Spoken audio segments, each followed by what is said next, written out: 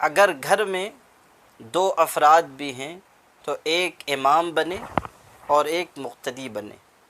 حضور صلی اللہ علیہ وسلم نے اس بات کی ہدایت دی ہے کہ دو افراد بھی ہوں تو جماعت سے نماز پڑھیں، ایک آدمی امام بنے گا اور ایک مقتدی بن جائے، اور مقتدی امام کے دائیں طرف تھوڑا سا امام سے پیچھے ہو کر کھڑا ہو جائے اگر صرف ایک مقتدی ہے تو۔ اگر دو مقتدی ہیں تو پھر پیچھے صف لگا کر کھڑے ہوں گے۔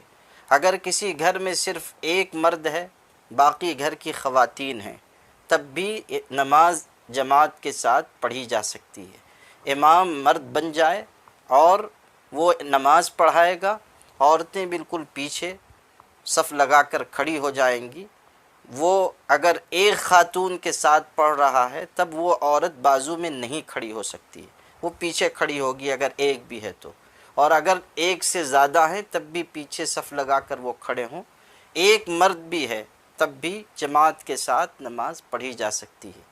اب تراویح کا معاملہ یہ ہے کہ اس میں قرآن مجید سنانا اور قرآن مجید ختم کرنا یہ الگ سنت ہے، اور تراویح پورے مہینے پڑھنا یہ الگ سنت ہے۔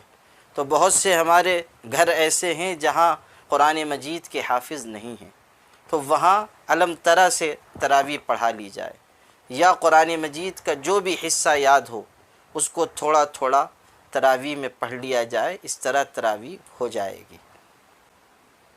ایک بہت ہی اہم اور ضروری مسئلہ مدارس کی امداد کرنے کا اور مساجد کے نظام کو چلانے کے لیے مالی تعاون کا ہے۔ مسجدیں یا مدرسے ان کا نظام مسلمانوں کے تعاون سے، ان کی مالی امداد سے چلا کرتا ہے۔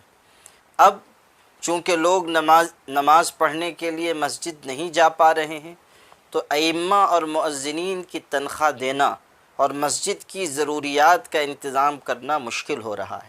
ایسے وقت میں ہماری یہ بنیادی ذمہ داری ہے کہ ہم مسجد جا سکیں یا نہ جا سکیں، ہم جو ہفتہ وار امداد کرتے آئے ہیں ہمیں وہ کرنی چاہیے اور کسی ذریعے سے مسجد میں رقم پہنچانی چاہیے۔ اسی طرح یہ بھی ہو سکتا ہے کہ جن مدارس میں آن لائن رقم پہنچائی جا سکتی ہے وہاں تک پہنچا دی جائے۔ یہ بھی ہو سکتا ہے کہ ہم ان مشکل حالات اور ایام کے گزر جانے کا انتظار کریں اور پھر جب حالات نارمل ہو جائیں تو مدارس تک خود پہنچ کر اپنی امداد وہاں دیں۔ یہ ہماری بنیادی ذمہ داری ہے۔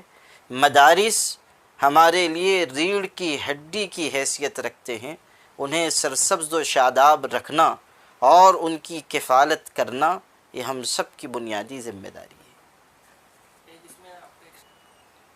ایک بہت ہی اہم مسئلہ عید الفطر کی نماز کا ہے۔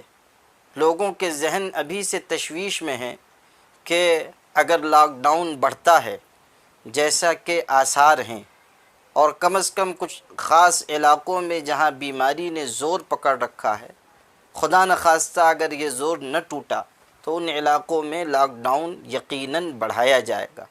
تو ایسی صورتحال میں عید الفطر کی نماز کس طرح ادا کی جائے گی، بہت سے ہمارے بھائیوں کے ذہن میں یہ اشکال، یہ سوال ہے۔ تو اس سلسلے میں ابھی کوئی نہ فیصلہ کرتے ہوئے علماء نے یہ بات طے کی ہے کہ کچھ انتظار کیا جائے۔ حالات جس طرح کے ہوں گے اس کے مطابق انشاءاللہ عید سے پہلے رہنمائی کی جائے گی کہ عید الفطر کی نماز کس طرح ادا کی جائے۔